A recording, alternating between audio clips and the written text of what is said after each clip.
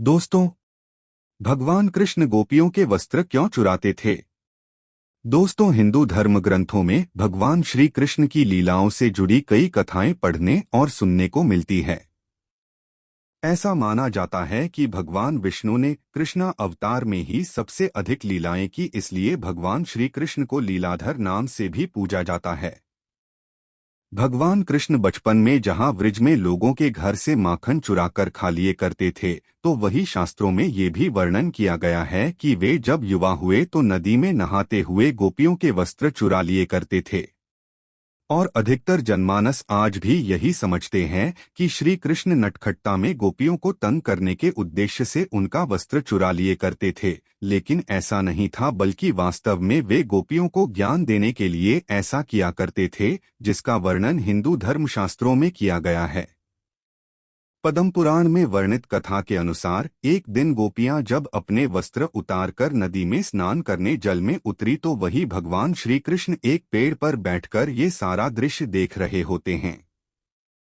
कुछ देर बाद जब गोपियां नहाने में मग्न हो गई तो श्री कृष्ण चुपके से गोपियों के वस्त्र चुराकर पेड़ पर छुप गए।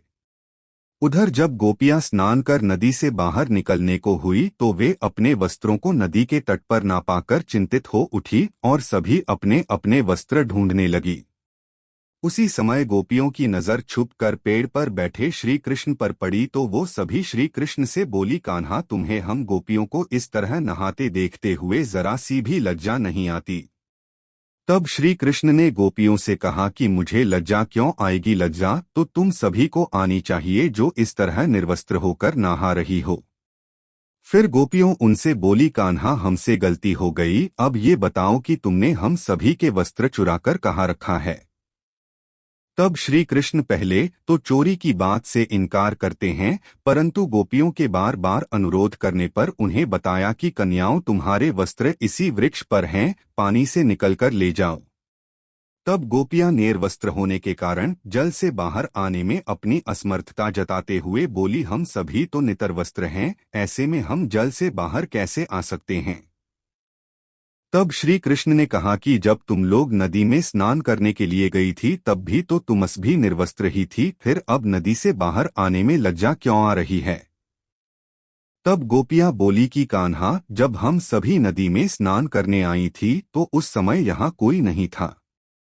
ये बात सुनकर श्री कृष्ण कहते हैं, तुम लोगों ने ये कैसे सोच लिया कि यहाँ उस समय कोई नहीं था? क्योंकि मैं तो हर पल हर जगह मौजूद होता हूँ। और हाँ, उस समय मेरे अलावा यहाँ आसमान में उड़ते पक्षियों और जमीन पर चलने वाले जीवों ने तुम्हें निर्वस्त्र देखा। तुम निर्वस्त्र होकर जल में गईं तो जल में मौजूद जीवों ने तुम्हें निर्वस्त्र देखा, और तो और जल में नग्न होकर प्रवेश करने से जल रूप में मौजूद वरुण देव ने भी तुम्हें नग्न देखा। साथ ही तुम्हारे पूर्वजों ने भी तुम्हें इस अवस्था में देखा है। क्योंकि पुराणों में बताया गया है कि स्नान करते समय हम सभी के पितर यानी हमारे पूर्वज हम सभी के आसपास होते हैं और वस्त्रों से गिरने वाले जल को ग्रहण करते हैं, जिनसे उनकी तृप्ति मिलती है। नितरवस्त्र स्नान करने से पितर अतृप्त होकर नाराज होते हैं, जिनसे व्यक्ति का तेज, बल, धन और सुख नष्ट होता है। इसलिए कभी भी निर्वस्त्र होकर स्नान नहीं करना चाहिए। उसके बाद श्री कृष्ण गोपियों को वस्त्र लौटते हुए कहते हैं कि कन्याओं, जब तक मनुष्य शरीर शर्म रूपी इस माया के बंधन में बंधा हुआ रहता है तब तक वह मोक्ष को प्राप्त नहीं कर सकता। लेश मात्रा भी मायाबद्ध रहने से मनुष्यों का बैकुंठ धाम में प्रवेश करना असंभव है। और यही समझाने के लिए मैंने तुम्हारे वस्त्र चुराए थे। तो दर्शकों, उम्मीद करता हूं कि आपको हमारी ये वीडियो पसंद आई होगी, और पसंद आई हो तो ज़्यादा से ज़्यादा लाइक और शेयर करें।